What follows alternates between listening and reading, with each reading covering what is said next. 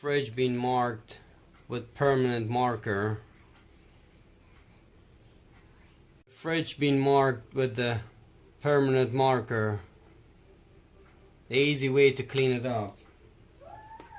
You need a toothpaste. You need a bicarbonate soda. Mixed it together. Just sparkle some bicarbonate soda. Squeeze on it a little bit. A toothpaste. What do? You just mix it up. You put a little bit on it and leave it for a while, for about 2 minutes. After 2 minutes, as you can see, it's almost dissolved.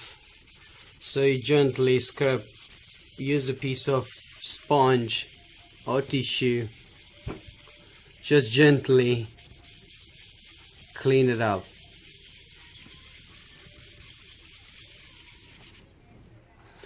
As you can see, it's almost clean.